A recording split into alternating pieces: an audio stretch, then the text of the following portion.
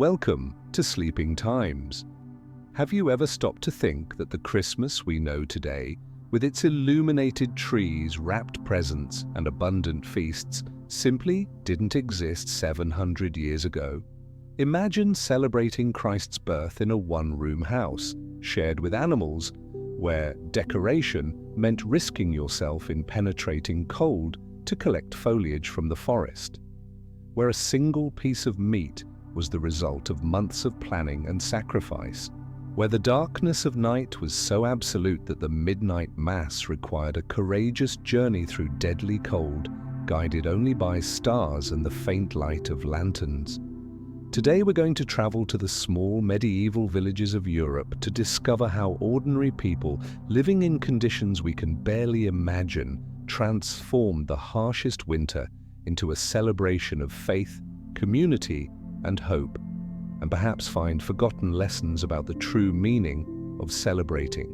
If you're enjoying this type of content, don't forget to subscribe to the channel and turn on notifications so you don't miss any of our nighttime stories. Oh, and don't forget to leave a comment below telling us where you're watching from and what time it is there. It's always amazing to see how our community is spread across the world. Now, how about turning off the lights, finding a comfortable position, and preparing yourself for a 90-minute journey through medieval Christmas, where every tradition had profound meaning, every meal was a victory, and every moment of celebration was earned through genuine effort. In the medieval villages of 13th and 14th century England, France, and Germany, Christmas didn't begin in November with decorations and festive music. Preparation started 4 weeks earlier during Advent, a period of spiritual reflection and partial fasting established by the Church. For peasants, this waiting held double meaning.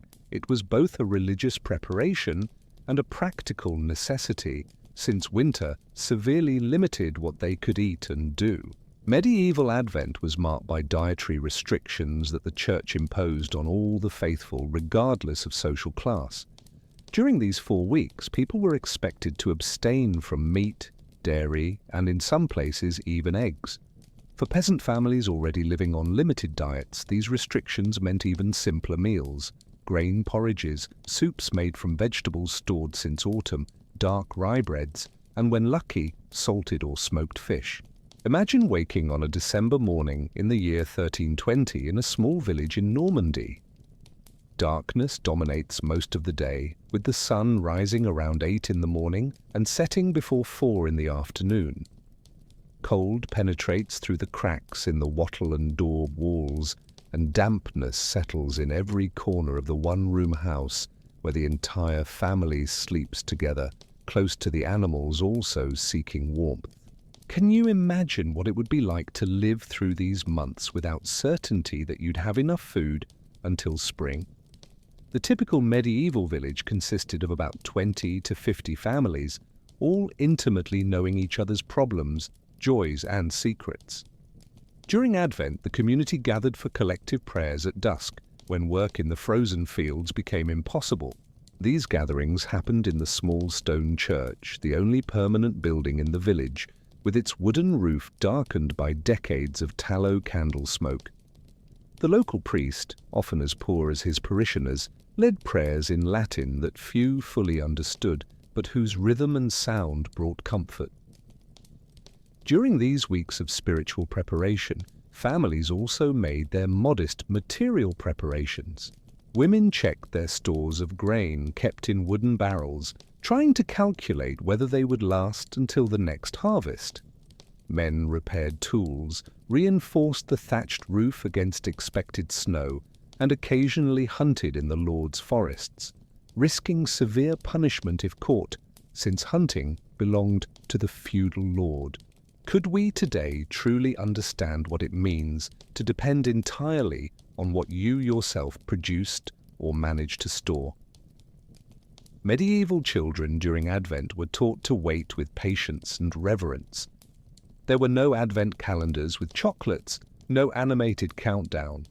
The waiting was silent, almost solemn, punctuated only by Sunday sermons reminding them of Christ's birth and the hope of salvation. For these children, who worked in the fields from 5 or 6 years old, Christmas represented a rare pause in hard work, a promise of perhaps, just perhaps, eating something special. The darkness of the medieval winter was absolute in a way we rarely experience today. Without public lighting, without electric light, villages plunged into complete darkness after sunset. Families retired early, saving precious candles and firewood. During Advent, this darkness gained spiritual meaning. It represented waiting for the light of the world, Christ, whose arrival would be celebrated at Christmas. The symbolism of light versus darkness completely permeated the medieval experience of this season. Preparations for Christmas weren't driven by consumerism, but by the need to create a special moment within daily hardship. Families set aside a small extra portion of grain, saved a few eggs, perhaps kept a piece of smoked bacon. These precious items were hidden carefully, for even within families the temptation to consume them before the date could be great when hunger pressed hard. Medieval religiosity was intense and omnipresent, shaping every aspect of life.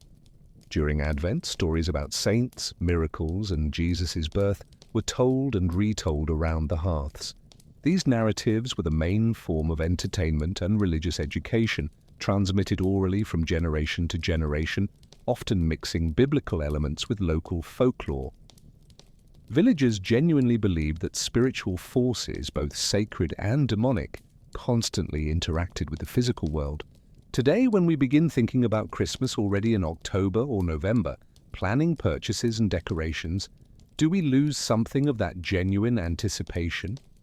Medieval waiting, though forced by resource limitation and church rules, created a sense of expectation that made December 25th truly transformative. It wasn't just another day marked on a commercial calendar, but the climax of weeks of physical and spiritual preparation. Medieval women during Advent also prepared the house in subtle ways. They swept the beaten earth floor with twig brooms, scattered dried aromatic herbs to mask the inevitable smells of a house where humans and animals lived together. They washed the few pieces of clothing the family owned, often just 1 or 2 changes per person, using freezing water from wells or streams. Medieval housework was endless and physically grueling in ways we rarely imagine. Men, for their part, made sure they had enough firewood stacked. Firewood wasn't just fuel, it was literally the line between life and death during winter. Forests were often owned by feudal lords and peasants had limited collection rights, which meant accumulating firewood was a careful process throughout the entire autumn. During Advent, they reviewed their piles, calculating whether they'd have enough not just for cooking and heating, but also for Christmas celebrations. The village community functioned through necessary cooperation. If one family had more firewood and another had more grain, silent exchanges happened. If one house had leaks in the roof and a storm approached, neighbors gathered for collective repairs. This interdependence created strong social bonds, but it also meant there was little room for privacy or individualism. Everyone knew exactly what everyone else had, did, and planned. The final weeks of Advent brought an intensification of expectations. Messengers or occasional travelers brought news from other regions, perhaps even from distant cities, where merchants sold exotic spices and where celebrations would be more elaborate. These stories fed the villagers' imagination, though they knew such luxuries would never reach their simple homes. But the expectation itself, the dreaming of possibilities, was already a form of celebration. And then, in the final days before Christmas, when the church allowed final preparations to begin, the entire village seemed to gain new energy, an almost palpable hope. What exactly were they about to do to transform their humble houses into festive spaces? When Advent came to an end, usually around December 20th, the religious dietary restrictions were officially suspended, and families could begin culinary preparations for Christmas. But unlike today, when we simply go to the supermarket, obtaining special foods for a medieval celebration was a complex, risky, and physically demanding task that involved the entire family and frequently the whole community. Meat was the most desired and rare item in the medieval peasant diet. Throughout the year, most families consumed meat only a few times a month, depending entirely on their own limited livestock. For Christmas, if possible, they would slaughter animals that had been raised specifically for this purpose. A chicken, a goose, or, in more prosperous homes, a young pig represented months of care and feeding. Have you ever stopped to think how much we would value our food if we had personally raised every animal we consumed? The slaughter of an animal for Christmas was a significant event, performed with ritual and care. Nothing was wasted. The meat would be roasted or cooked, the fat rendered into lard for cooking, the bones boiled to make broth, the organs consumed immediately or transformed into crude sausages, and even the blood was used to make blood sausage. The hides and feathers were saved for other practical uses. This total utilization contrasted radically with our modern, wasteful society. For families who couldn't slaughter their own animal, alternatives existed. Groups of neighbors sometimes shared the slaughter of a larger pig, carefully dividing each part. In some villages, the feudal lord, in a gesture of calculated generosity, distributed small portions of meat from his own Christmas slaughter to the most loyal serfs. These distributions weren't acts of pure kindness, but part of the system of mutual obligations that kept feudal society functioning. Fish was also important in Christmas meals, especially in regions near rivers, lakes, or the sea. Salted cod, imported from Nordic waters, was a considerable luxury in inland areas of medieval Europe. Smoked or pickled herring was more common. Families that had saved coins throughout the entire year might buy a small special fish from traveling merchants who visited villages before Christmas. These merchants knew exactly when to appear to maximize their profits. Christmas bread was different from daily bread. While everyday bread was made from dark rye, heavy and often mixed with ground peas or beans to stretch the flour, Christmas bread was made with the best wheat flour the family could save or buy.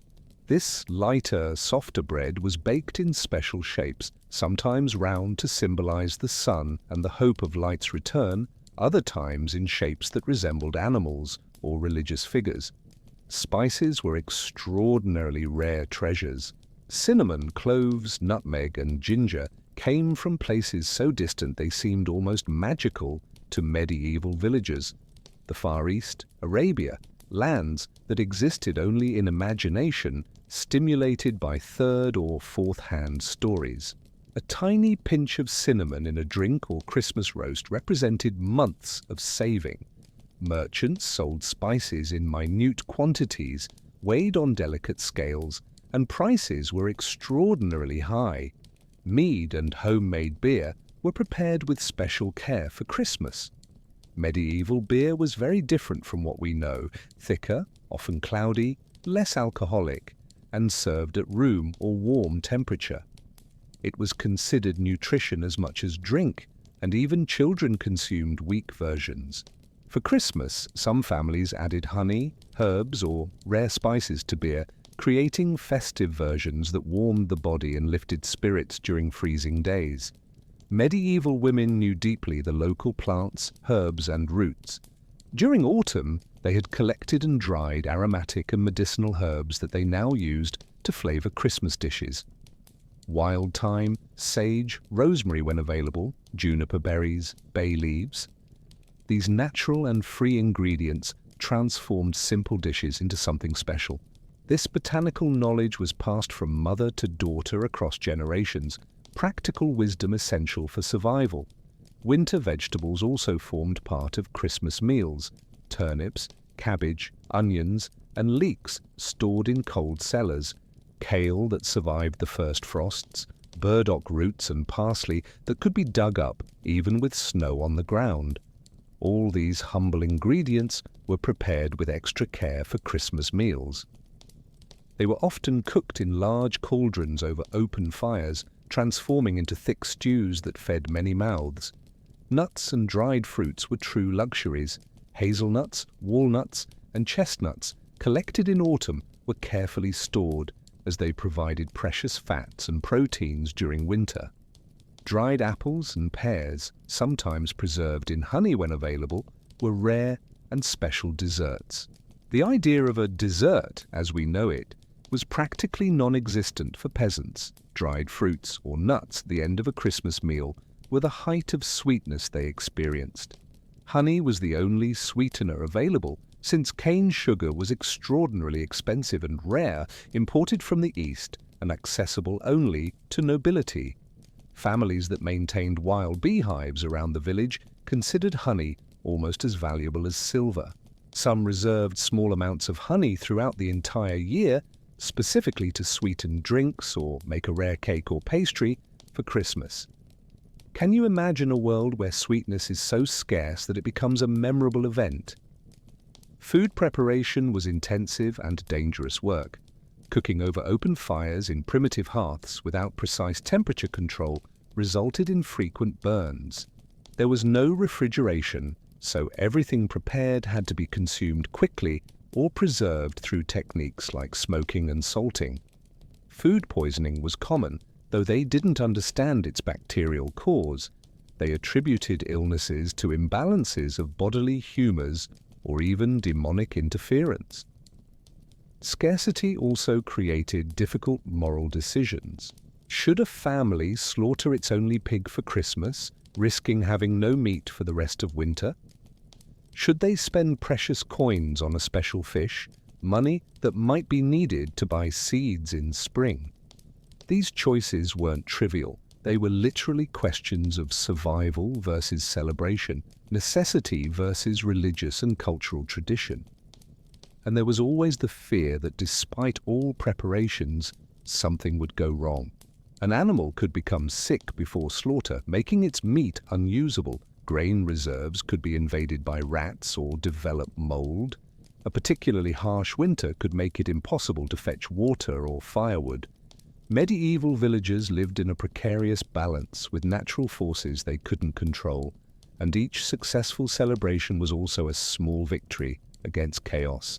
But when everything was finally prepared, the meat, the special bread, the vegetables, perhaps even a small amount of spiced drink, the anticipation in the medieval house was palpable.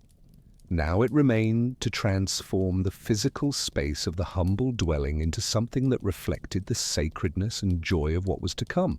How exactly did they manage to make a one-room house, shared with animals, feel festive?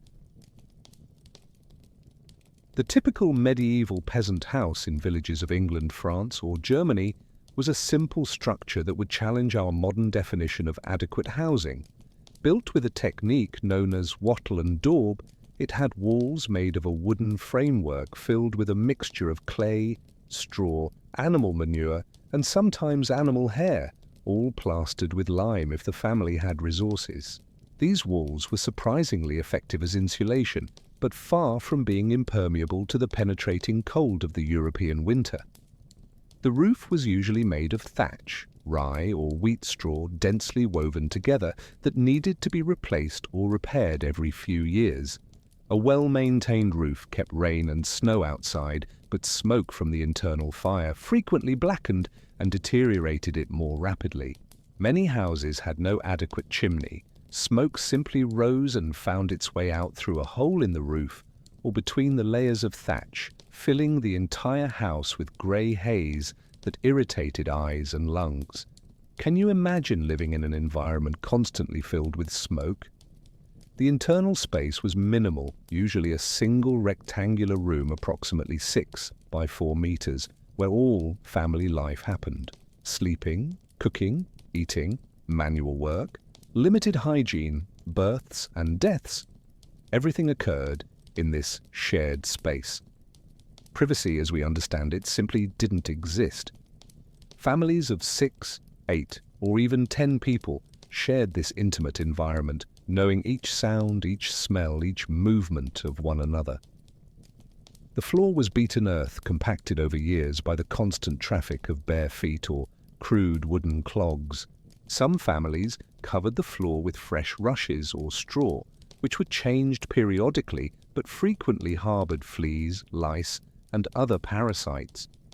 In winter, this vegetable layer provided some insulation against the cold rising from the frozen ground. In some regions, flat stones were arranged near the hearth, creating a slightly cleaner and less muddy area. The hearth was absolutely central, literally the heart of the house. Usually positioned in the center of the room or against a wall, it was a simple structure of stacked stones where fire burned constantly during cold months. Letting the fire go out was considered bad luck and also terrible in practicality, since relighting it without modern matches was laborious, requiring flint, steel, and carefully prepared kindling, or else begging coals from a neighbor. Women had the responsibility of keeping the fire alive, feeding it at night with slow-burning wood. During the medieval winter, the interior of the house was never truly warm except immediately around the hearth. Temperatures could be below freezing outside and inside, far from the fire, perhaps only a few degrees above zero. People slept huddled together to share body heat, covered with every piece of cloth they owned. Rough wool blankets, sheepskin or goatskin, sometimes even additional hay for insulation. Do we sufficiently appreciate the simple luxury of having control over the temperature of the environment where we live? Animals frequently shared the same space, especially in colder regions. Chickens, goats, pigs, or a cow could be brought inside during the coldest nights, not from sentimentality, but from economic necessity. Frozen animals were dead animals, representing catastrophic loss of resources. These animals slept at one end of the house or in a slightly separated space. Their body heat contributed to warming the environment, but it also added intense smells and obvious sanitary issues. Furniture was scarce and simple. A rough wooden table, usually just some boards on trestles that could be dismantled when not in use. Benches or crude stools instead of individual chairs. A wooden chest where the family's few valuable possessions were stored. Documents, if there were any, perhaps an extra piece of clothing, small family relics. People slept on straw mats on the floor or, if more prosperous, on simple elevated structures filled with straw or wool, the predecessors of modern beds. Lighting was minimal and precious. Tallow candles, animal fat, produced weak and smoky light with an unpleasant smell and were used economically to the maximum. Rushlights dipped in fat burned quickly and were used only when absolutely necessary. Most nighttime activities happened by the flickering light of the hearth fire. On the short days of December, families spent up to 16 hours in darkness or semi-darkness, their life rhythms completely governed by the solar cycle in ways we no longer experience. To prepare the house for Christmas, families did the best they could with limited resources. A deeper cleaning was performed, the floor was swept vigorously, old layers of rushes were removed and replaced with fresh materials. The few pieces of cloth they had were washed in the freezing water of streams. The clay walls could receive a new coat of whitewash if there were resources. Whitewash had disinfectant properties besides making the interior brighter. Windows, when they existed, were small openings that could be closed with wooden shutters or, in slightly more prosperous houses, with translucent oiled cloth or stretched parchment that allowed some light through while blocking wind. Glass was an absolutely inaccessible luxury for peasants. During winter, these openings remained closed most of the time, making the interior dark and stuffy but slightly warmer. For Christmas, some families could briefly open the windows during the day to air out the house, accepting temporary cold in exchange for fresher air. The radiant heating from the fire had obvious limitations. One side of your body got warm, while the other remained cold. People constantly moved and turned, trying to warm all parts of their body. Clothes were worn in multiple layers and rarely completely removed, even for sleep. Personal hygiene suffered enormously during winter, when washing meant enduring freezing water and cold environments. Christmas represented a time when some families made extra effort to clean themselves, though complete baths were rare events, happening perhaps only a few times a year. Humidity was a constant enemy. In rainy regions or where snow was melting, humidity penetrated through the permeable walls, creating damp indoor environments where mold grew easily. Clothes, fabrics, and stored foods struggled against deterioration. The fire helped dry the air immediately around it, but far from the hearth, everything remained perpetually damp to the touch. This constant humidity contributed to endemic respiratory diseases, coughs, colds, and lung infections that killed regularly, especially small children and the elderly. Medieval winter nights were long and could be oppressive. After sunset, little remained to do except sit near the fire, talk in low voices, tell stories, repair tools or clothes by weak light, and eventually sleep. For medieval children, Christmas meant not just religious celebration and special food, but also a break in the crushing monotony of these long nights. Community activities, visits between houses, celebrations in church. All this brought welcome variation to the suffocating routine. And then, when the house was as clean and prepared as possible within severe limitations, when the firewood was stacked, when the fire burned strong and the family gathered, only one final task remained: to transform this utilitarian space into something reflecting the sacredness of approaching Christmas. But where would decorations come from in a world without shops, without colored plastics, without any of modern conveniences? Medieval Christmas decorations were entirely natural, collected directly from the surrounding landscape, and carried meanings deeply rooted in both Christian traditions and much older pagan beliefs. Unlike our mass-produced modern decorations, each element brought into the house required physical effort to obtain and possess specific symbolism that everyone in the village understood intuitively. Holly was perhaps the most important Christmas decoration in regions where it grew. With its bright, spiny green leaves and vibrant red berries, holly was laden with meaning. For medieval Christians, the spiny leaves symbolized Christ's crown of thorns, and the red berries represented his shed blood. But beneath this Christian interpretation pulsed an older pagan belief that holly protected against evil spirits, witchcraft, and lightning. Hanging holly branches around doors and windows was both decoration and spiritual protection. Ivy was another fundamental element. While holly with its pointed leaves was often associated with the masculine, ivy with its sinuous vines and soft leaves was seen as feminine.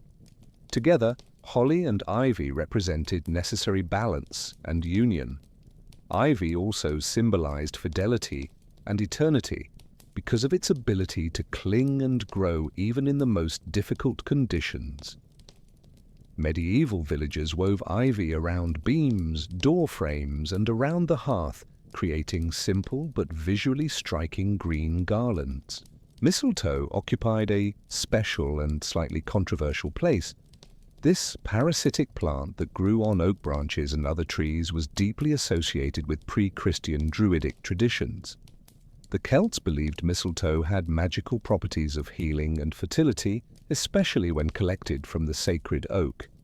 The medieval church had ambivalent feelings about mistletoe, occasionally trying to discourage its use, but popular traditions were too strong.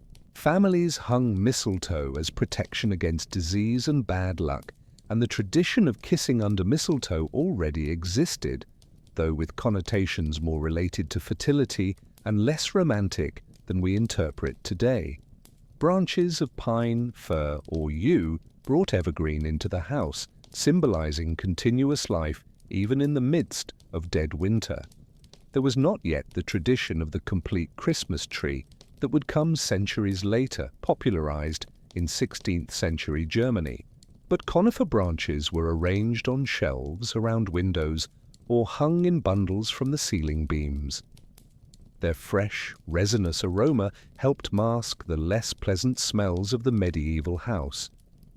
Have you ever stopped to think how the simple green of a living plant can lift the spirit amid the whiteness and grey of winter? Collecting these natural decorations was a community activity that happened in the days immediately before Christmas. Groups of villagers, especially young people, ventured into forests and fields facing penetrating cold to collect necessary materials. This expedition had practical aspects but also ritual ones.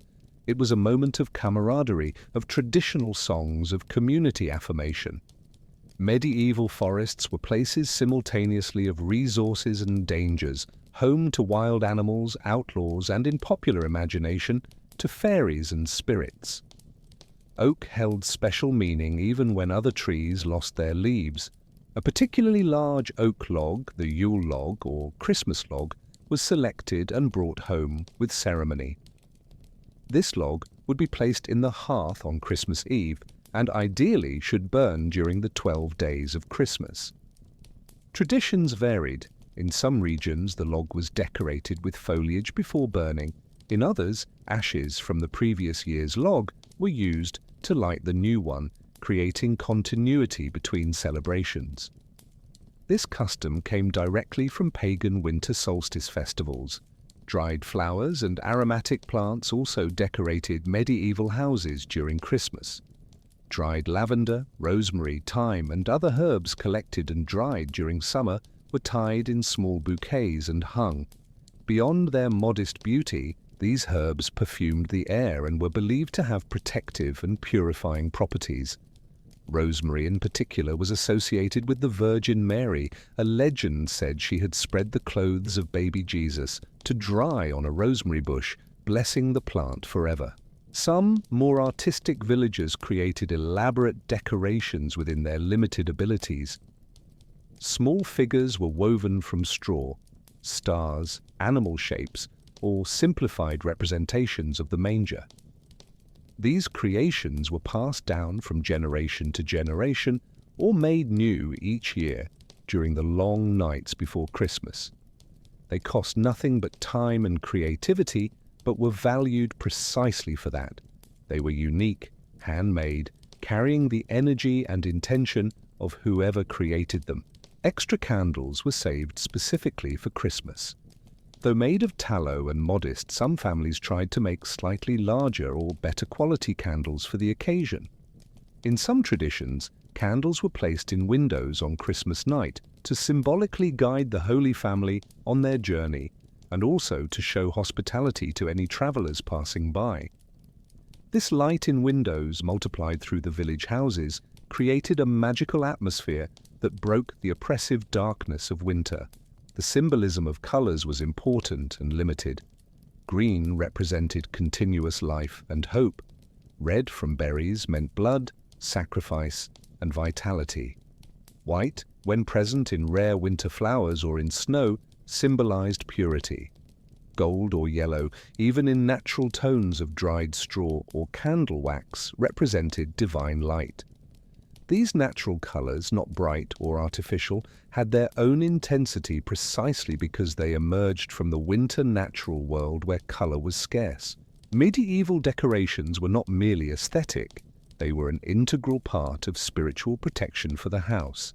It was genuinely believed that during the Christmas period, the boundary between the natural world and the supernatural became thinner. Spirits, both benevolent and malignant, could cross more easily. Natural decorations, especially those with apotropaic properties that ward off evil, helped create a protective shield around the family. Has our modern rational view made us lose something of this profound connection between the physical and the spiritual? There were also plants avoided or used with caution. Certain herbs were associated with witchcraft and would be unthinkable as decorations. Popular tradition dictated in detail what was appropriate and what was dangerous. This botanical knowledge intertwined with magical beliefs was transmitted orally, forming a complex system of knowledge that recognized powers in plants long before modern pharmacology validated some of this knowledge. The transience of these natural decorations contrasted with our durable modern decorations. Fresh foliage would dry within days, berries would wilt, candles would burn down. But perhaps there was beauty in that, the acceptance that even celebrations are temporary, that life is cycles of death and renewal, that green will return in spring, but for now we must appreciate its ephemeral presence. When finally the house was decorated and prepared, when foliage perfumed the air and the Yule log awaited, the most intense moment of preparation arrived. Christmas Eve, the day of final anticipation before the great celebration. December 24th in the medieval village was permeated by a specific energy, a mixture of religious expectation, practical anxiety, and contained excitement. From the late dawn until midnight, each hour was filled with final preparations, traditional rituals, and growing anticipation of the solemn Mass that would mark Christ's birth. For a community whose days were usually identical in their routine of hard work, Christmas Eve shone as a truly special moment. The day began early despite the sun rising late in the European winter. Women rose first, carefully reviving the fire from the previous night, adding dry twigs and blowing gently until flames were reborn. The first task was preparing a simple breakfast, oat porridge, perhaps with a drizzle of honey if there was any, or leftover bread from the previous day soaked in warm beer. The family needed energy for the intense day approaching. Culinary preparations dominated the day. The meat that had been slaughtered and hung to drain needed to be prepared for cooking. If it was poultry, its feathers would be plucked, tedious and harsh work for hands already cracked from cold and labor. If it was a pig or other larger animal, the careful dismantling of each part was supervised by the family matriarch, ensuring nothing was wasted. Hands worked quickly, for even in the cold, meat without refrigeration deteriorated rapidly. Special Christmas bread was often baked on Christmas Eve. Few peasant houses had their own ovens. The heat and fuel required were prohibitive. Instead, the village shared a communal oven, usually belonging to the feudal lord or the church, where for a small fee or obligation, villagers could bake their breads. On Christmas Eve, lines formed near this oven, women holding their carefully prepared doughs, socializing while waiting their turn. This was a rare moment of social gathering, of sharing village news and gossip. Medieval children on Christmas Eve had their own responsibilities, modified according to age. The older ones helped with heavy tasks, fetching additional water from the well or stream, bringing more firewood, helping prepare food. The smaller ones could be tasked with keeping the fire fed, keeping animals away from food being prepared, or small manual tasks. There was no modern concept of protecting children from work. Everyone contributed according to their abilities from very young. As the afternoon advanced, the entire village acquired an almost suspended quality. Regular work in the fields was impossible anyway because of cold and frozen ground, but even internal maintenance activities were suspended. Christmas Eve was one of the few true days of rest in the medieval peasant calendar. People dressed in their best clothes, which meant their least torn clothes, perhaps recently washed, perhaps with a new patch carefully sewn. Personal cleanliness received special attention, within limitations. Faces, hands and feet were washed with water, often freezing cold. Hair was combed, removing lice when possible. Men who kept beards could trim them rudimentarily. These ablutions were both practical and ritual. One prepared the body to be in the presence of the sacred during midnight mass. Have you ever thought how much we would value cleanliness if it were truly difficult to achieve? Historically, there was tradition in some regions of fasting partially or completely during Christmas Eve, breaking the fast only after midnight mass. This intensified anticipation of the Christmas feast and held religious significance of purification before sacred celebration. For people who frequently experienced involuntary hunger, Adding voluntary fasting was a genuine sacrifice, an offering of physical discomfort in religious honor. As the day darkened, and in December this happened already, in mid-afternoon, families began their final preparations. Precious candles were positioned strategically. The Yule log was placed ceremoniously in the hearth, sometimes sprinkled with wine or beer as an offering, sometimes touched by all family members to bring good luck. When it was lit, ideally with fragments saved from the previous year's log, the hearth exploded with special light and heat. The large Yule log would burn for hours, providing continuous warmth during the cold night approaching. Stories of the Nativity were told and retold. The father of the family, or often the grandmother if there was one, narrated the journey of Mary and Joseph to Bethlehem, the birth in the manger, the visit of the shepherds and the Magi. These stories were embellished with apocryphal details, local legends, and imagination. For a population mostly illiterate, these oral narratives were the primary form of religious education. Children listened with wide eyes, the same stories year after year, each repetition reinforcing faith and community identity. In some regions, there were specific Christmas Eve traditions. In parts of Germany and Central Europe, it was believed that animals gained the ability to speak at midnight on Christmas Eve, celebrating Christ's birth. Some peasants insisted they had heard their cows or sheep converse at this magical moment. In Scandinavia, it was believed that trolls and spirits were especially active on Christmas Eve, requiring extra protections. These folkloric beliefs coexisted comfortably with Orthodox Christianity. As midnight approached, the entire village prepared for the walk to church. This short journey through absolute darkness was an expedition.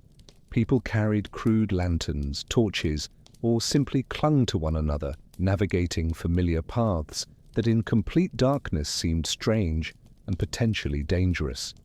The cold was penetrating, the kind of cold that freezes nostrils and makes lungs ache with each breath. Clothes were layered, every layer the family possessed. The winter landscape through which they walked was austere in its beauty.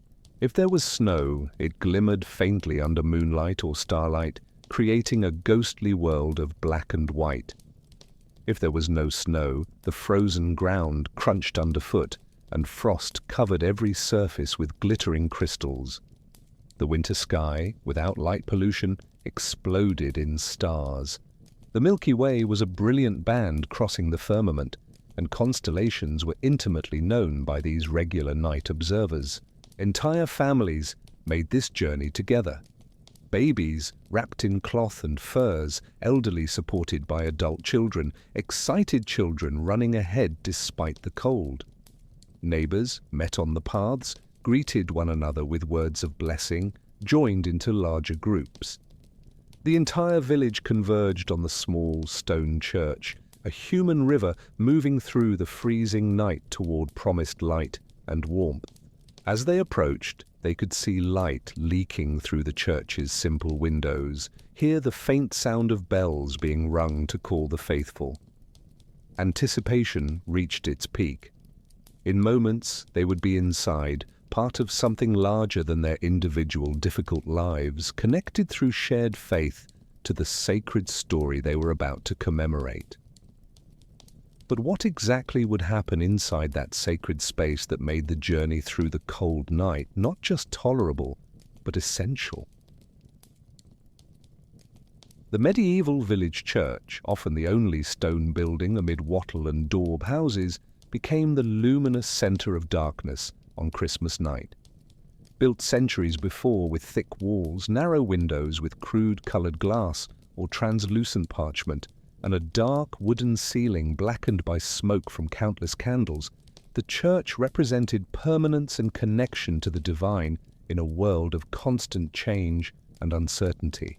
Upon entering through the heavy oak door, medieval villagers were immediately enveloped in relative warmth, the result of dozens of human bodies packed in confined space, complemented by candles on every available surface. The church on Christmas night blazed with more light than the village saw, during the rest of the entire year. Beeswax candles, much more expensive and fragrant than the tallow candles of homes, were used generously. Their sweet perfume mixed with imported incense, creating an aromatic atmosphere that immediately signaled this was not an ordinary space. The church interior was simultaneously simple and overloaded with symbolism. Whitewashed stone walls frequently decorated with murals of biblical scenes, the only visual art most peasants would ever see. These paintings were didactic, telling stories for an illiterate population: Christ on the cross, martyred saints, scenes of final judgment with terrifying demons dragging sinners to hell.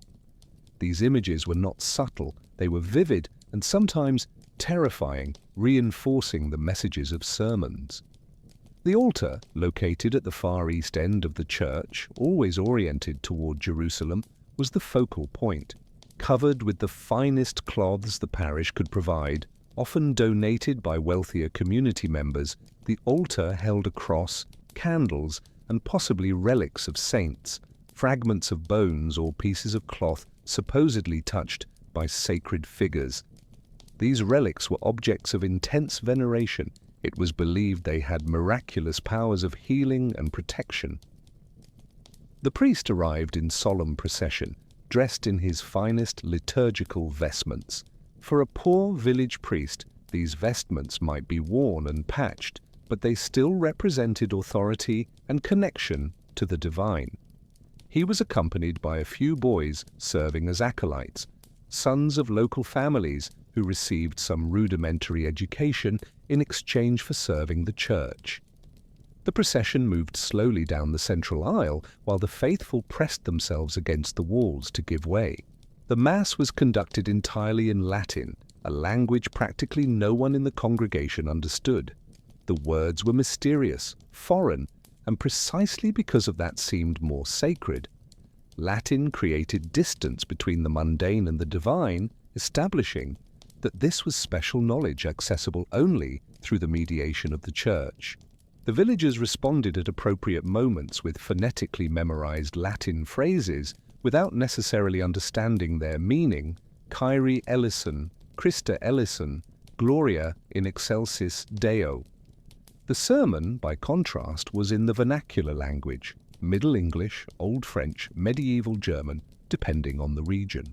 On Christmas night, the priest spoke about Christ's birth, emphasizing themes of humility, Christ born in a stable, hope, salvation available even to the most humble, and obedience to God's commandments, and conveniently to established social hierarchies. Medieval sermons could be long and were often the only source of information about the world beyond the village. Music was a central element of the Christmas Mass. Although villagers had no printed hymnals, Christmas songs and chants were learned orally and passed through generations. These medieval chants mixed liturgical Latin with vernacular languages, Gregorian melodies with folk melodies. The sound of dozens of voices singing together in the resonant stone space created a visceral, emotional experience. Did live music have a power in their lives that we've lost in the era of infinite recordings? There were no benches in most medieval village churches. The faithful stood throughout the entire Mass, which could last 2 hours or more. The elderly, sick, or very young could sit on the stone floor or bring small stools. Standing for so long, especially after a day of work and while fasting, was physically challenging.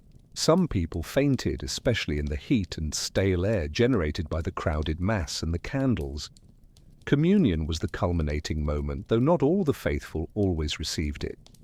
In medieval theology, there was such great reverence for the Eucharist that some lay people received communion only a few times a year, considering themselves unworthy of the sacrament. On Christmas night, more people approached the altar, kneeling to receive the consecrated bread. Bread only, wine was usually reserved for the clergy. This moment of receiving Christ's body on the tongue was intensely spiritual, one of the few moments when the peasant touched the divine directly. The Christmas Mass was also a crucial social moment. It was the only occasion when the entire village gathered simultaneously. Relationships were confirmed, silent alliances renewed, social tensions temporarily suspended under the mantle of shared religious celebration. Young people discreetly observed potential romantic partners. Families assessed one another, who seemed well-fed, who seemed in difficulties. This social aspect, though not officially recognized, was as important as the religious one. At the end of the Mass, the priest blessed the congregation, making the sign of the cross over bowed heads. People then filed out in groups, emerging from the church's heat and light back into December's cold and darkness. But now the darkness seemed less threatening. They had fulfilled their religious duty, were in a state of grace, and awaited the immediate reward of the feast waiting for them at home. The walk back was noisier than the journey there. The restrictions of fasting had ended. Solemnity gave way to anticipation. Children ran ahead, eager for the food they knew was waiting. Adults conversed animatedly, commenting on the sermon, the beauty of the Mass, plans for the following day. The journey through the freezing night was bearable because it had a welcoming destination. Back at their homes, families found the fire still burning, the Yule log large enough to keep flames alive during their absence. The house, which they had left cold and dark, now seemed warm and inviting.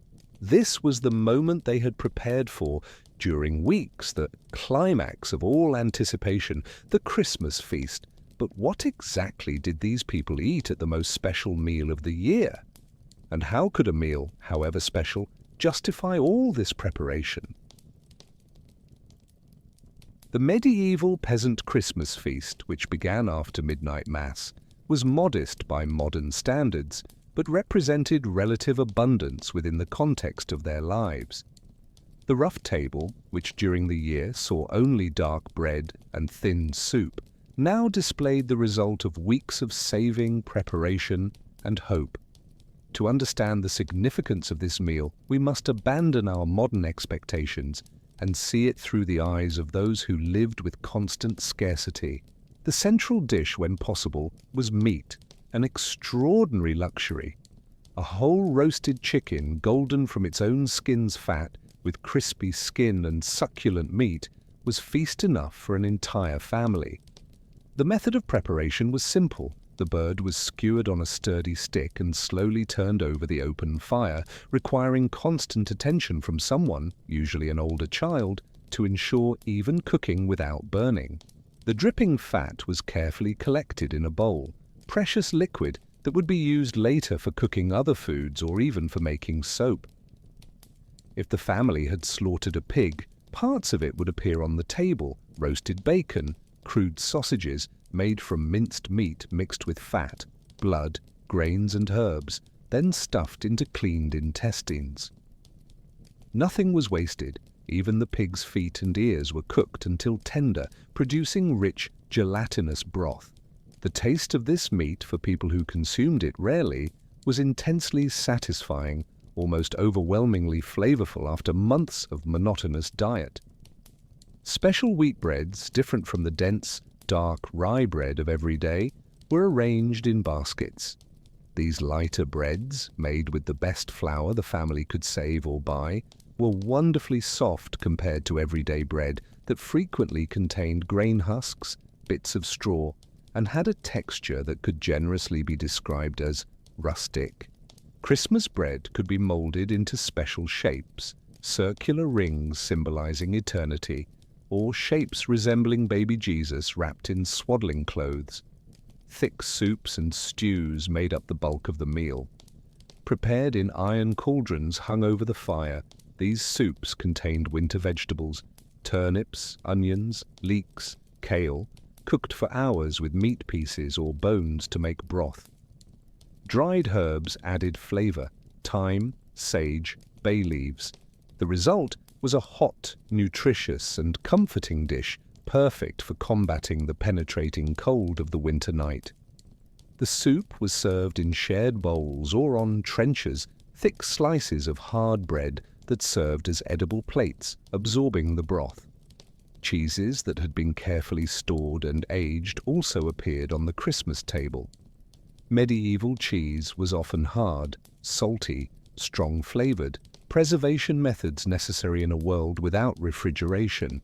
Still, it offered precious protein and fat and flavor variety. Some regions produced specific cheeses that were local pride, recipes guarded and perfected over generations. Eggs, when available, were true treasures. Hens laid much less in winter due to lack of light, making each egg precious. For Christmas, stored eggs could be boiled, used in special preparations, or even beaten with beer and honey to create a rich and nutritious drink called posset. Have you ever considered that our unrestricted access to eggs year-round is an extraordinary historical luxury? Nuts and dried fruits served as dessert and snacks. Hazelnuts, walnuts, chestnuts roasted in the coals until their shells cracked, releasing the creamy, steaming interior. Dried apples and pears, reconstituted in water with a touch of honey and spices if available, created simple but intensely sweet compote for palates unaccustomed to sugar. Some families made crude fruitcakes, heavy doughs of flour, fat, dried fruits and honey baked slowly near the fire. Beverages were an essential part of the celebration. Homemade beer, stronger and more flavorful than the weak everyday version, was served in wooden or ceramic mugs. Some families prepared special mead, fermentation of honey and water with herbs and spices, that was sweet, alcoholic, and considered almost medicinal. Wine was rare and expensive for peasants, accessible mainly to nobility and clergy, though occasionally small amounts reached villages through trade or the generosity of lords. The hot spiced drink called wassail was traditional in many regions, prepared by heating beer or cider with spices, roasted apples, honey, and sometimes eggs. This steaming drink was passed in a shared bowl, with each person drinking and wishing health to the others. The wassail ritual had pagan roots, originally an offering to the spirits of apple trees to ensure good harvest the following year, Christianized, but maintaining its communal and celebratory elements. The arrangement of the meal reflected family hierarchies. The father, as head of the family, received the best portions. Older sons came next, then women and smaller children. This was not cruelty, but pragmatism. Those doing heavier physical work needed more calories. Still, at Christmas, these hierarchies were softened. Everyone received generous portions, and the goal was that no one left hungry. Eating together was a social event as much as a nutritional one. There were no forks. These would be an invention of upper classes centuries later. One ate with personal knives, usually the only tool each adult carried always, with crude spoons and mainly with hands. Pieces of meat were torn, bread was ripped, bones were gnawed until completely clean. It might seem barbaric to modern sensibilities, but it was perfectly normal, and in fact there was specific etiquette about how to eat with hands properly. Conversations during the feast mixed the religious and mundane. Prayers of thanksgiving were said before eating, acknowledging that food came from God. During the meal, people spoke about the Mass, about neighbors, about hopes for the coming year. Stories were told, tales of ancestors, local miracles, legends of saints. Laughing during the Christmas feast was not just allowed, but encouraged. Joy was part of the celebration, an appropriate response to Christ's birth. For children, this meal created memories that would last a lifetime. It was possibly the only time in the year they ate until genuinely full, that they experienced meat, that they tasted sweetness. These moments of relative abundance amid normal scarcity shaped their understanding of what Christmas meant. It was not about material gifts, but about this communion of family around shared food, shared warmth, shared faith. The meal extended for hours. There was no rush. Normal work was suspended. One ate, rested, conversed, and ate more. Eventually, sated in ways they rarely experienced, family members began to feel the weariness of the long night. But Christmas didn't end here. In fact, according to medieval tradition, it was only beginning. How exactly did these people, who struggled so much to survive, find ways to celebrate beyond this single night? Medieval Christmas was fascinating precisely because it represented a complex and sometimes contradictory fusion of Orthodox Christianity with much older pagan traditions that survived centuries after official conversions. The Church recognized and, to some extent, tolerated these continuities, understanding that completely eradicating deeply rooted cultural practices was impossible and perhaps counterproductive. The result was a celebration rich in layers of meaning, where the sacred and the folkloric were inextricably intertwined. The date of Christmas itself, December 25th, has no biblical basis. The scriptures do not specify when Christ was born.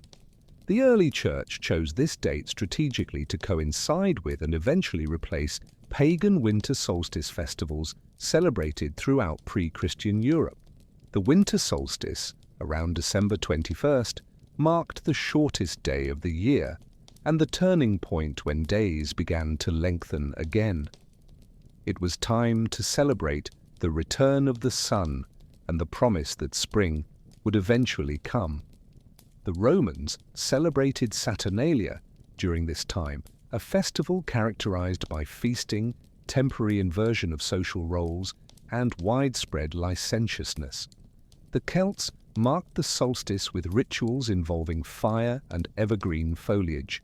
The Norse observed Yule, a 12-day period with feasts, sacrifices, and honors to ancestors.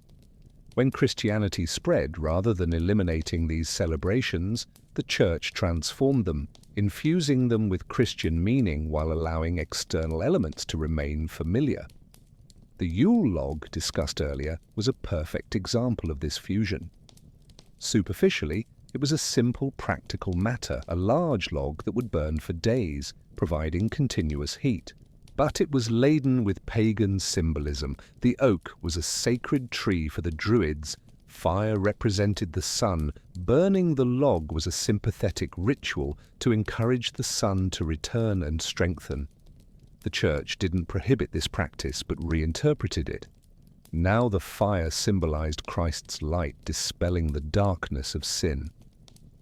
Medieval Christmas songs often mixed Christian narratives with clearly pagan elements. Songs about baby Jesus and Mary coexisted with songs about holly and ivy as king and queen, about talking animals, about forest spirits that calmed during the sacred period. These songs were transmitted orally, changing slightly with each generation, absorbing local influences and creating rich, regional variations. Mummering was a fascinating tradition that flourished especially in medieval England.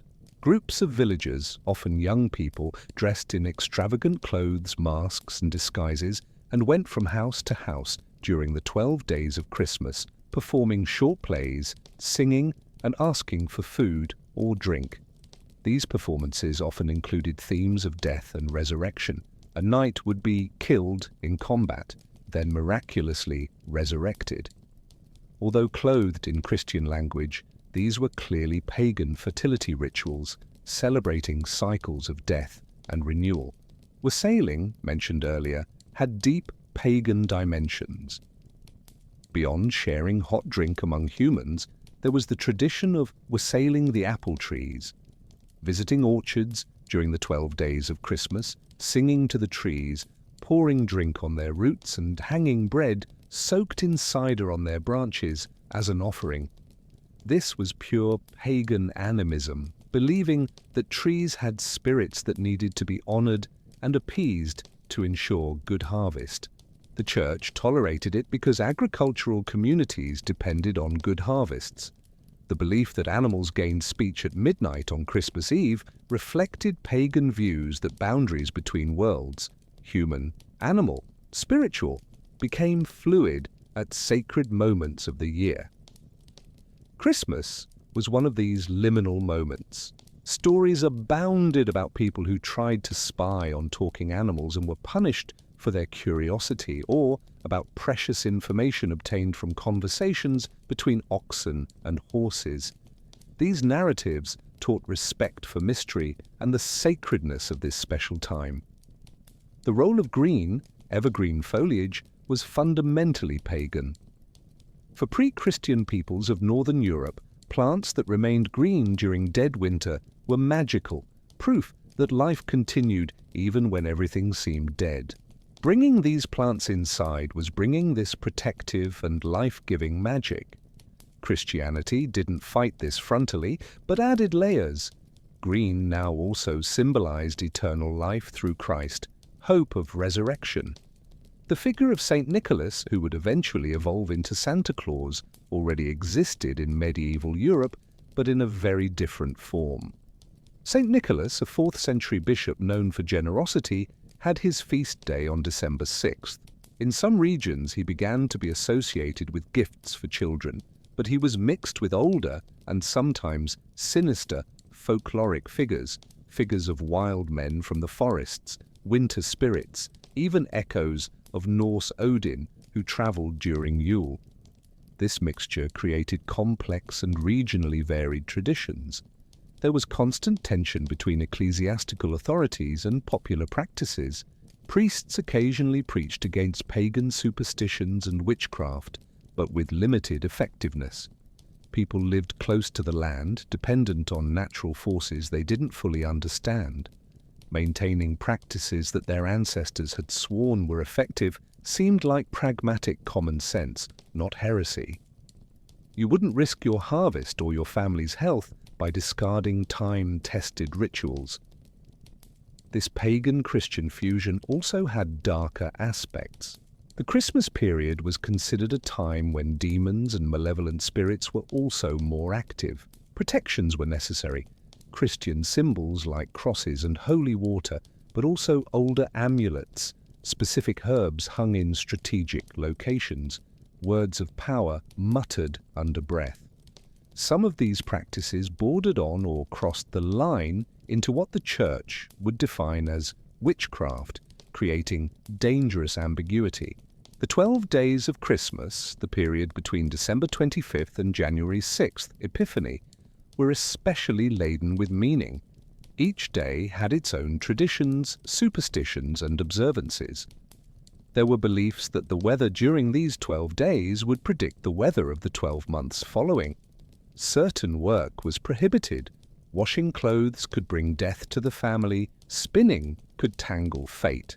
These prohibitions gave women who worked ceaselessly the rest of the year a forced rest. The Feast of Fools, celebrated on December 28th, Holy Innocents' Day, in some regions, was an extraordinary example of temporary inversion of social order. For one day, serfs could mock their lords, lower clergy could parody higher clergy, the world was turned upside down in controlled chaos. This tradition came from Roman Saturnalia, but persisted because it provided a necessary pressure valve in a rigidly hierarchical society. After this day of sanctioned disorder, order was restored, seemingly more legitimate for having been temporarily suspended. Did these fusions of traditions, Christian and pagan, sacred and profane, ordered by the Church and emerging from popular culture, create a richer and more meaningful celebration than our more homogenized modern versions? There was complexity and depth in these layers of meaning that perhaps we have lost. And when finally the 12 days ended and ordinary life had to resume, how did these people make the transition back to daily hardship? Unlike our modern celebration concentrated mainly on December 24th and 25th, medieval Christmas was an extended period of 12 complete days, each with its own significance, traditions, and observances. This lengthening of the celebration reflected both religious rhythms and practical needs of an agrarian society where intense winter work was limited anyway, and where creating significant pause in the monotony of daily survival was psychologically essential. The first day, December 25th, was obviously the most sacred, the birth of Christ. After the midnight feast, families slept a few hours, then awoke to another day of celebrations, prayers, and relative rest. Christmas morning often included another Mass, this time at daytime hours, allowing the nighttime celebrations to be viewed in daylight. Medieval churches, with their colored glass windows, even if rudimentary, transformed sunlight into colors that seemed supernatural, reinforcing the feeling that this was a day separated from the ordinary. During these first days, visits between neighbors and relatives were central. Families who normally saw one another only briefly due to constant work now had time for genuine socialization. These visits included sharing food. Each house would offer something special to visitors, even if only a small piece of better bread or mug of stronger beer. Refusing Christmas hospitality was gravely offensive. Demonstrating generosity, even having little, was a cultural imperative. Medieval Christmas presents were very different from modern gifts. There was no extensive exchange of wrapped material objects. Instead, gifts were generally food, small practical items, or more frequently, services and obligations. A feudal lord could gift his serfs with exemption from certain work during the 12 days. Families exchanged special foods. Artisans could donate their work, a blacksmith repairing a tool for free, a weaver giving a piece of cloth. The idea of a gift was more tied to generosity and strengthening social bonds than to a specific physical object. For children, gifts were even more modest but no less significant. A crude doll made of rags and straw, a wooden horse carved from a tree branch, nuts or dried apples. These were precious keepsakes. The expectation was not material abundance, but special attention, a moment where adults constantly occupied with survival dedicated time to create something specifically for the child. This investment of time and attention was the true gift. Games and entertainment filled the 12 days. Without television, internet, or even books for most, entertainment was created communally. Simple board games using stones and marked boards, games of chance with bone dice, competitions of strength and skill for men, stories and songs were shared. Skilled storytellers were highly valued. These could be sacred stories, legends of saints and miracles, but also folk tales of fairies, giants, and adventures. Dancing was an important activity, though the church had ambivalent feelings about it. Medieval dances were often circle or line dances, with everyone participating together rather than in separate pairs. Musical accompaniment came from simple instruments some villagers possessed: wooden flutes, crude drums, primitive bagpipes, or simply clapping and singing. These dances had pagan roots but were clothed in the context of Christian community celebration. Food remained special throughout all 12 days, though it gradually returned to normal. Special accumulated reserves were carefully extended. A roasted goose on Christmas night provided subsequent meals, hot meat on the first day, then cold on following days, eventually bones cooked for broth. Nothing was wasted. The goal was to make relative abundance last as long as possible, creating the feeling that Christmas time was truly different from ordinary time. Specific days within the 12 had particular meanings. December 26th, St. Stephen's Day, was traditionally for boxing, not the sport, but the practice of giving Christmas boxes or baskets of leftovers and gifts, especially to servants and workers. December 28th, Holy Innocents' Day, commemorated the children killed by Herod and had associations with inversion and trickery. It was common to play pranks, and whoever was tricked first that day would be called a fool all day long. New Year's Day, January the 1st, within the 12 days had its own traditions. It was time for resolutions, auguries, and trying to predict what the new year would bring. First footing was a practice where the first person to enter a house after midnight would bring luck or misfortune, depending on their characteristics. A dark-haired man bringing bread, salt, and coal was considered most auspicious. These divinatory practices were technically superstitions the Church discouraged, but were too deeply rooted to be eliminated. Epiphany, January 6th, marked the official end of the 12 days. This day commemorated the visit of the Magi to baby Jesus, bringing gold, frankincense, and myrrh. In some traditions, it was on this day, not Christmas proper, that gifts were given, reflecting the Magi's gifts. Epiphany had its own special masses and celebrations, serving as a secondary climax after the initial Christmas. The king cake was a tradition associated with Epiphany in some regions. A special cake was baked with a bean or coin inside. Whoever found the object in their slice was crowned king or queen of the day, presiding over celebrations and sometimes being served by others. This tradition survives in some modern cultures. Again, we see elements of temporary social inversion where chance could temporarily elevate even the most humble to special status. During the 12 days, normal work was minimized but not completely eliminated. Animals still needed feeding, cows milking, water fetching, fire tending. But the intense routine work, field work when possible, large construction or repair projects, was officially suspended. This pause was economically viable because winter offered little agricultural work anyway, but was culturally crucial as a time of physical and spiritual restoration. The restrictions on work created time for maintaining social relationships that normal routine didn't allow. Disputes between neighbors could be resolved, alliances renewed, marriages negotiated. The Christmas period functioned as a kind of social reset for the community, an opportunity to repair bonds worn by the stress and conflicts of the previous year. Do we need something similar in our modern fragmented lives, mandatory time for community reconnection? As the 12 days progressed, there was growing sense that ordinary reality approached. Special food reserves were depleting, rested bodies began to feel restlessness. Winter still had months to last, and the work of survival would need to resume. But how exactly did these people make the psychological transition back to the hardship they knew was waiting? And what did it mean to them when Christmas finally, inevitably, ended? The transition from Christmas time back to ordinary life did not happen abruptly, but through a gradual process marked by closing rituals that helped medieval communities psychologically process the end of celebration and reorient themselves to the challenges that still remained.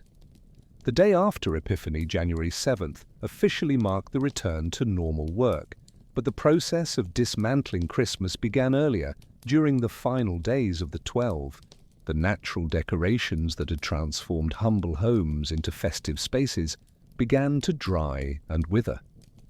The green foliage of holly, ivy, and pine, so fresh and fragrant when brought inside, now turned brown and brittle.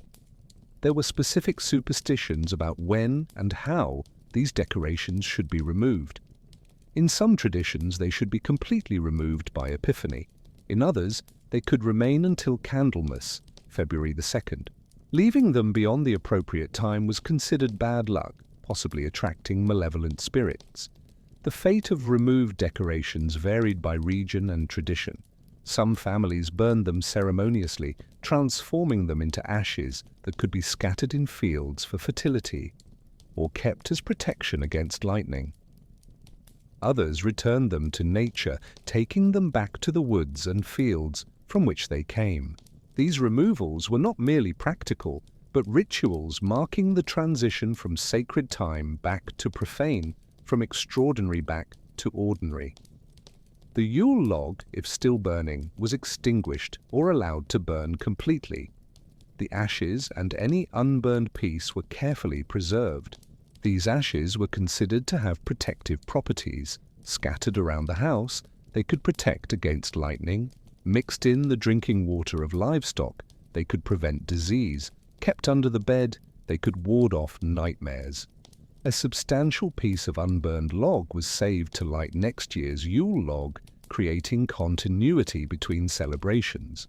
Food, naturally, didn't last the full 12 days, but was extended as far as possible. In the final days, families returned to simpler meals, gradually approaching the normal winter diet. The contrast was stark. The recent memory of meat, soft bread, and strong beer made the return to rye porridge and thin soup psychologically harder. This was one of the challenges of celebration. It created a pattern of comparison that made normalcy seem harsher. The return to work was gradual but necessary.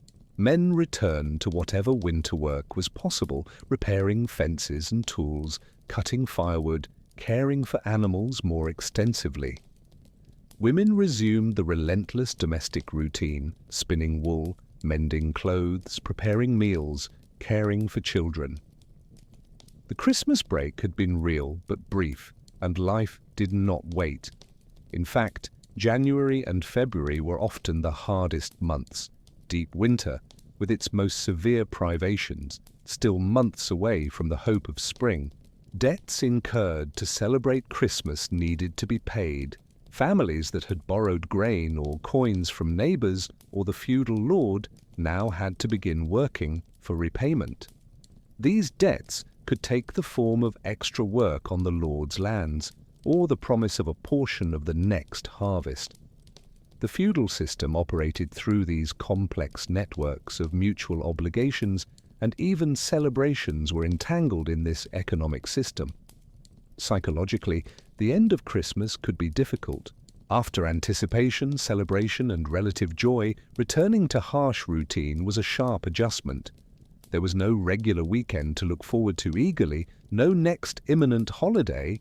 The next significant moment of celebration was Easter, still months away, and preceded by even greater austerity during Lent. January and February demanded resilience and hope that eventually spring would come, and with it, renewal. But medieval Christmas also left positive legacies that helped people endure the following months. Social relationships had been renewed and strengthened, conflicts had been resolved, faith had been reaffirmed through masses and rituals, children had precious memories of abundance and special attention, and fundamentally there was the implicit promise: if they survived the winter, another Christmas would come, bringing again pause, celebration, and hope. The stories and songs learned or reinforced during Christmas continued to circulate. During the long winter nights, around more modest fires than those of Christmas, families retold experiences of recent Christmas, recalled Christmases of years past, anticipated future Christmases. The cyclical narrative of celebration helped give structure to time, create a sense that life was not merely meaningless survival, but had rhythm and significance. The Church continued to mark time with smaller festivals: St. Anthony's Day on January 17th, the conversion of St. Paul on January 25th, Candlemas on February 2nd. These were not celebrations on the scale of Christmas, but offered temporal reference points and occasions to attend Mass for brief interruption of routine. The Church structured the entire year this way, creating a liturgical calendar that gave shape to medieval time. As January progressed into February, attention began to turn toward the next season. When daylight began visibly to lengthen, even as cold remained intense, there was renewal of hope. Agricultural tools were checked and repaired in preparation for spring work. Stored seeds were inventoried, plans were made. Life reoriented from reflection on the past to anticipation of the future. The months of deep winter after Christmas were also times of increased mortality. The cold, malnutrition, diseases that spread easily in confined spaces all took their toll, especially among the very young, the very old, and the already weakened. Families that had celebrated together in December could find themselves diminished by February. Death was a constant presence in medieval life, not abstracted or medicalized as in our modern experience, but immediate and domestic. But these same difficulties gave additional meaning to the celebration that had passed. Christmas represented affirmation of life amid death, of light amid darkness, of hope amid despair. It was not futile escapism, but necessary replenishment of spiritual and emotional resources to face what would come. Can celebrations that cost so little effort and personal sacrifice have the same profound impact? And then, eventually, winter began to yield.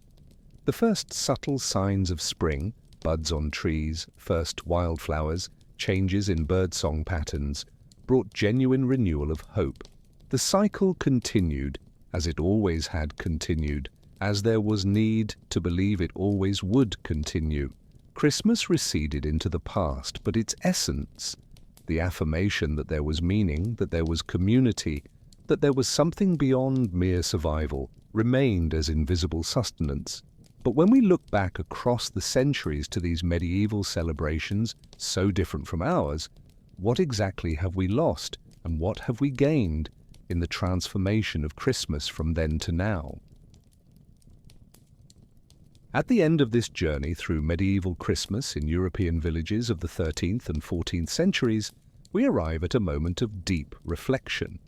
When we compare those celebrations with our own modern Christmas experiences, especially in contemporary American context, we discover striking contrasts that reveal as much what we have lost as what we have indisputably gained through centuries of technological, economic, and cultural change. What we most clearly lost is the direct connection between effort and celebration. Medieval villagers prepared for Christmas through intense physical work, slaughtering animals they had raised, baking bread from grain they had harvested, collecting decorations from surrounding forests with their own hands. Each element of celebration carried the weight of personal effort. In contrast, our modern celebrations are largely commercial transactions. We buy everything ready-made, prepared foods, manufactured decorations, mass-produced gifts. The convenience is undeniable, but something is lost when celebration becomes primarily a matter of purchasing power rather than personal investment of time and skill. We also lost the intensity of genuine anticipation. For medievals, Christmas represented a radical break from the everyday. Foods they normally didn't eat, rest from arduous work, community gathering on a scale that didn't happen at other times of year. The scarcity they experienced the rest of the year made Christmas's relative abundance profoundly meaningful. We, living in a society of constant abundance, at least for most, where we can buy most foods any time, where entertainment is infinite and instantaneous, where holidays are numerous, struggle to create the same sense of special occasion. Modern Christmas, despite all its commercial elaboration, often feels like merely an intensification of normal consumption rather than a true rupture. Medieval community connection was qualitatively different. The entire village celebrated together because it was the fundamental and interdependent social unit. People knew intimately everyone with whom they celebrated, their stories, their struggles, their sins and virtues. Celebrations reinforced bonds that were essential for mutual survival. Our modern society, especially in the United States with its geographic mobility and cultural individualism, often experiences Christmas as a nuclear family event, or even an individual one, with weaker and optional community connections. We gained individual freedom but lost the compulsory interdependence that created profound solidarity. The religious dimension also changed profoundly. For medievals, the religious aspect of Christmas was not optional or decorative, it was central and genuinely believed. Christ's birth was a historical and theological reality that completely shaped their understanding of the event. The midnight mass was not a social obligation, but a moment of connection with the divine. In modern America, even among practicing Christians, there is often distance, a partial secularization where commercial and cultural elements compete with or even dominate religious ones. We gained religious pluralism and freedom, but many feel that something essential, a sense of shared sacredness, has been diluted. On the other hand, we have gained enormously in material comfort and security. We don't face the reality that our celebration could fail because an animal became sick, or because winter came too early, or because we simply don't have enough food. We don't celebrate with barely contained hunger or penetrating cold as constant companions. Our children don't grow up experiencing genuine scarcity that would make a single, simple toy seem like a miracle. This security and abundance are extraordinary civilizational triumphs, even if they create different psychological challenges. We have also gained access to experiences and connections that medievals could never imagine. We can celebrate with family members across the continent through video calls.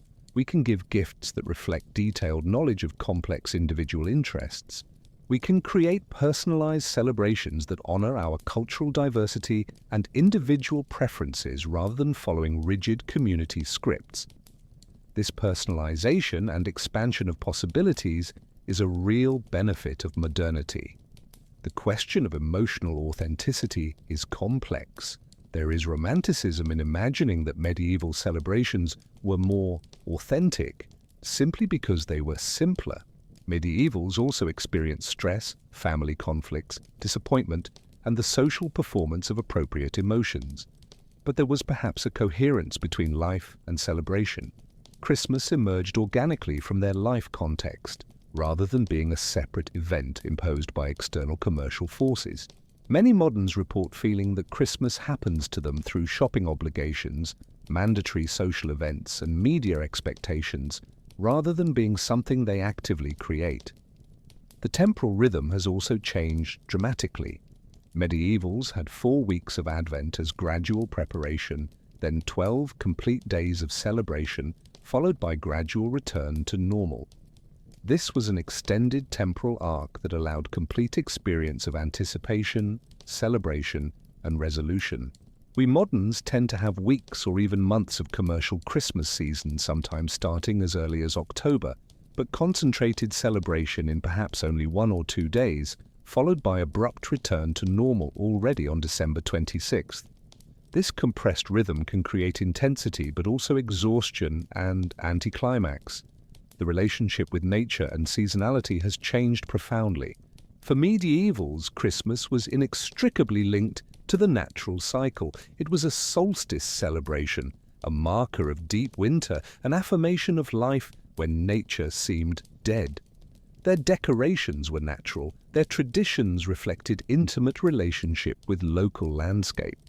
We moderns, especially in urban or suburban environments, celebrate Christmas in climate-controlled spaces with synthetic decorations, often in climates that don't have distinct winter. We gained control over environment but lost connection to natural cycles that gave deeper context and meaning. The question of sustainability and environmental impact clearly favors the medieval model. Their celebrations generated no synthetic waste, didn't depend on global supply networks, didn't contribute to environmental degradation. All decorations were biodegradable, all food was local and seasonal, all entertainment was locally generated without energy consumption. Our modern Christmases, with disposable packaging, energy-consuming electronics, products shipped globally, have an ecological footprint that medievals would find incomprehensible and probably shocking. There is also the question of expectations and satisfaction. Medievals had modest expectations: meat, better bread, rest from work, community gathering. When these expectations were met, there was genuine satisfaction. Moderns, especially children, are often overwhelmed with possibilities, extensive wish lists, advertising bombardment creating new needs, social comparisons through media.